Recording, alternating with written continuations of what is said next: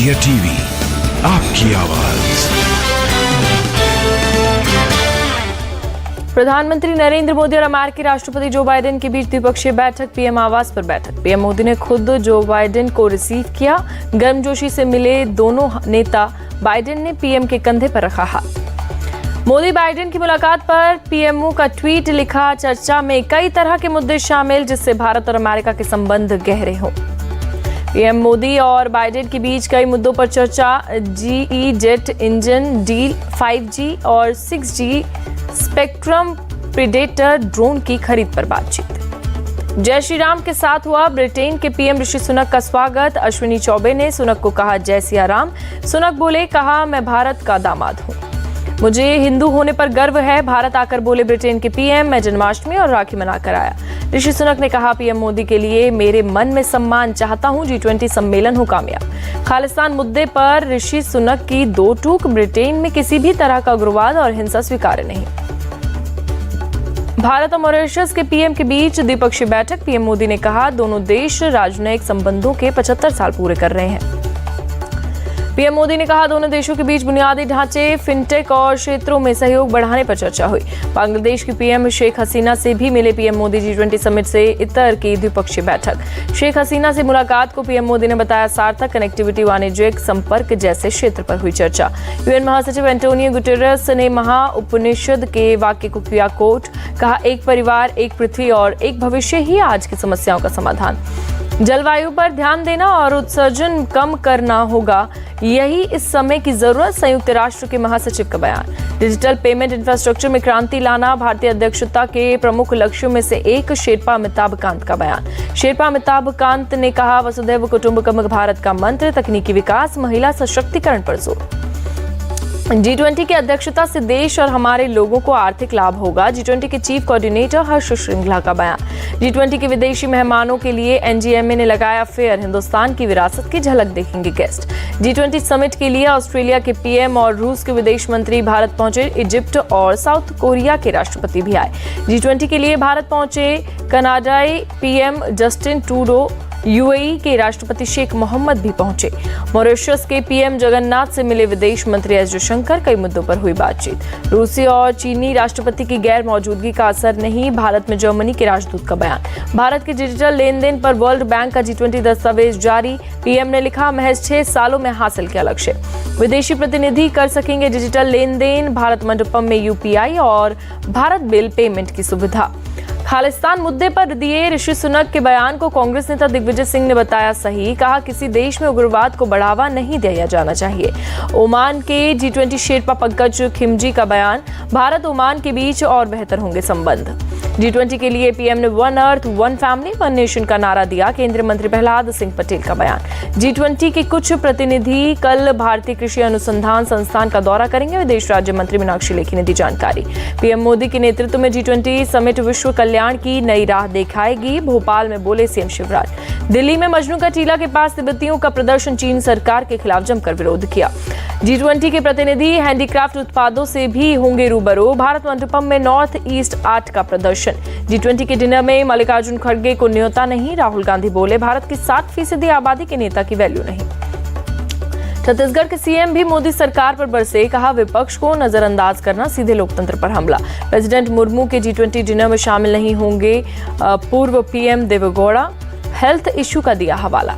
UP के घोसी विधानसभा उपचुनाव में सपा उम्मीदवार सुधाकर सिंह की जीत। 42,759 वोटों से बीजेपी प्रत्याशी दारा सिंह को हराया। घोसी सीट जीतने पर अखिलेश यादव का बीजेपी पर निशाना। कहा, अहंकार और घमंड हुआ चकनाचूर। घोसी सीट पर जीत के बाद सपा कार्यकर्ताओं में जश्न का माहौल। लखनऊ में सपा कार्यकर्ताओं ने जलाए पटाखे। अखिलेश यादव और समाजवादी पार्टी जिंदाबाद। उपचुनाव में जीत के बाद बोले सपा नेता शिवपाल यादव। घोसी में हार पर बोले डिप्टी सीएम ब्रजेश पाठक कार्यकर्ताओं के साथ हार की समीक्षा करेंगे। ओपी राजभर का सपा पर निशाना। विपक्ष हारता है तो ईवीएम को देता है दोष। अब तो ये साबित हुआ कि ईवीएम सही है। पश्चिम बंगाल में बीजेपी को लगा झटका। जलपाईगुड़ी की धूपगुड़ी विधानसभा सीट टीएमसी ने जीती। झारखंड के डुमरी उपचुनाव में जेजेएम की बेबी देवी जीती। एनडीए के प्रत्याशी को 17,000 वोट से हराया। झारखंड के डुमरी विधानसभा उपचुनाव मंत्री बेबी देवी की जीत। रांची में जेएमएम और कांग्रेस कार्यकर्ताओं ने मनाया जश्न। धूपगुड़ी में जीत मिलने से गदगद सीएम ममता। कहा ये बीजेपी की हार और इंडिया की जीत। केरल की पुदुपल्ली सीट पर कांग्रेस का कब्जा। उपचुनाव में चांडी ओमान ने एलडीएफ प्रत्याशी को बड़े अंतर से हराया। त्रिपुरा में बीजेपी का बजा डंका।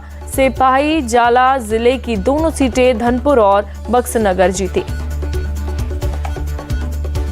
फूट डालने की राजनीति के खिलाफ मिली जीत। उपचुनाव में जीत पर बोले त्रिपुरा के सीएम मानिक साहा। उत्तराखंड में बागेश्वर उपचुनाव में बीजेपी की जीत। पार्वती दास ने कांग्रेस के बसंत कुमार को हराया। डबल इंजन सरकार के विकास कार्यों पर जनता की मुहर। बागेश्वर विधानसभा उपचुनाव में जीत मिलने पर जेपी नड्डा का ट्वीट।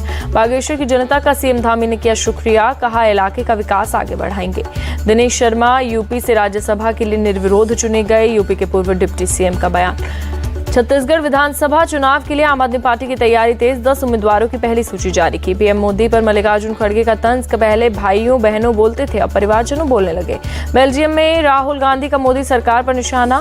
कहा भारत में संस्थाओं पर हो रहे हमले, अल्पसंख्यक और दलित पर अटैक हो रहा। राजस्थान के नेता राजेंद्र सिंह गुढ़ा कल एकनाथ शिंदे की शिवसेना करेंगे ज्वाइन। लाल डायरी को लेकर चर्चा में आए थे। लद्दाख प्रशासन ने नेशनल कॉन्फ्रेंस को फिर से दिया हल चुनाव चिन्ह। सुप्रीम कोर्ट के आदेश पर फैसला। चुनाव चिन्ह आवंटित होने पर एनसी नेता उमर अब्दुल्ला का ट्वीट। सहयोगियों को लद्दाख स्वायत्त परिषद चुनाव की तैयारी शुरू करने को कहा।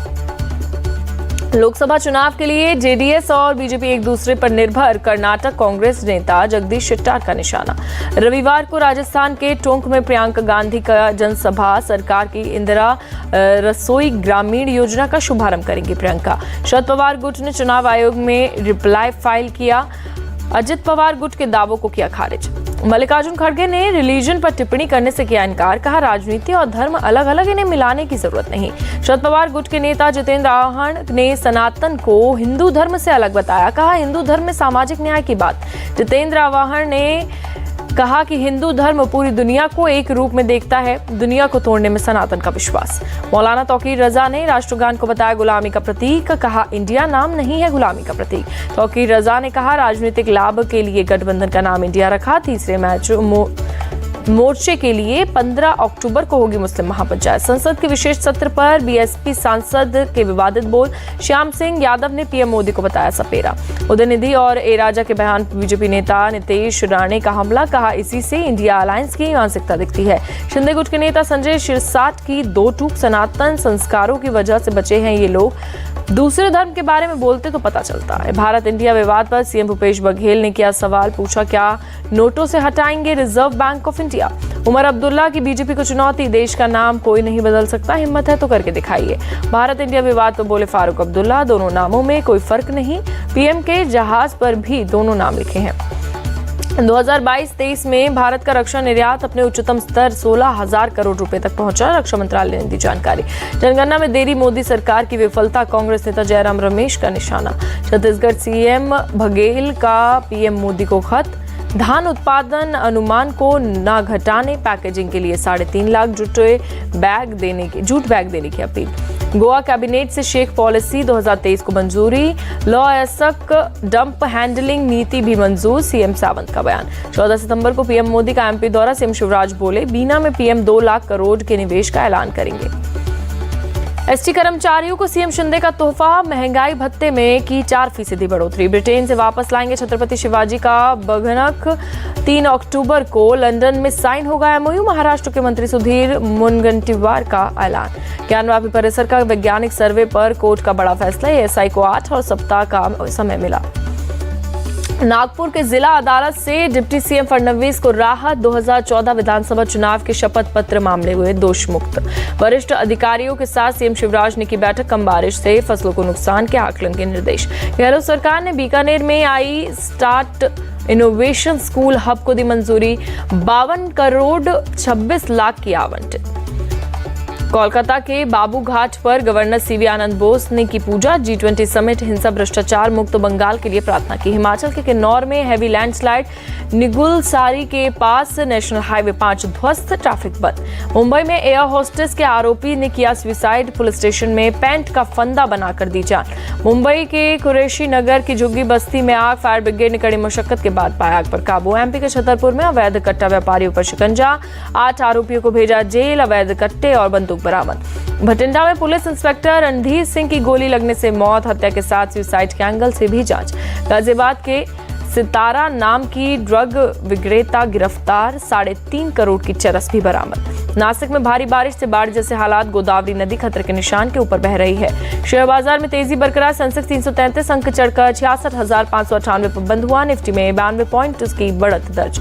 डॉलर के मुकाबले रुपया 26 पैसे मजबूत हुआ। एक अमेरिकी डॉलर 82.97 पर रहा। बेंगलुरु में डिप्टी सीएम डी के शिव कुमार से मिले अजीम प्रेमजी, विप्रो फाउंडर ने आवास पर जाकर की मुलाकात। देश के 55 नए जिलों में सोने के गहनों की हॉलमार्किंग अनिवार्य हुई। अब तक 343 जिलों में हॉलमार्किंग नियम लागू। माली में आतंकी संगठन अलकायदा का हमला, 2 हमलों में 49 नागरिक समेत 15 सैनिकों की मौत।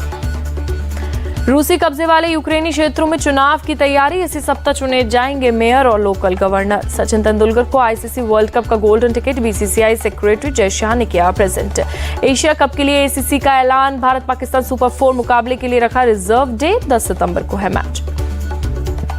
शाहरुख खान की फिल्म जवान ने रचा इतिहास, ओपनिंग डे पर कमाया 75 करोड़। अक्षय कुमार की फिल्म मिशन रानीगंज का टीजर रिलीज, कोयले की खदान में मजदूरों को बचाते दिखे अक्षय।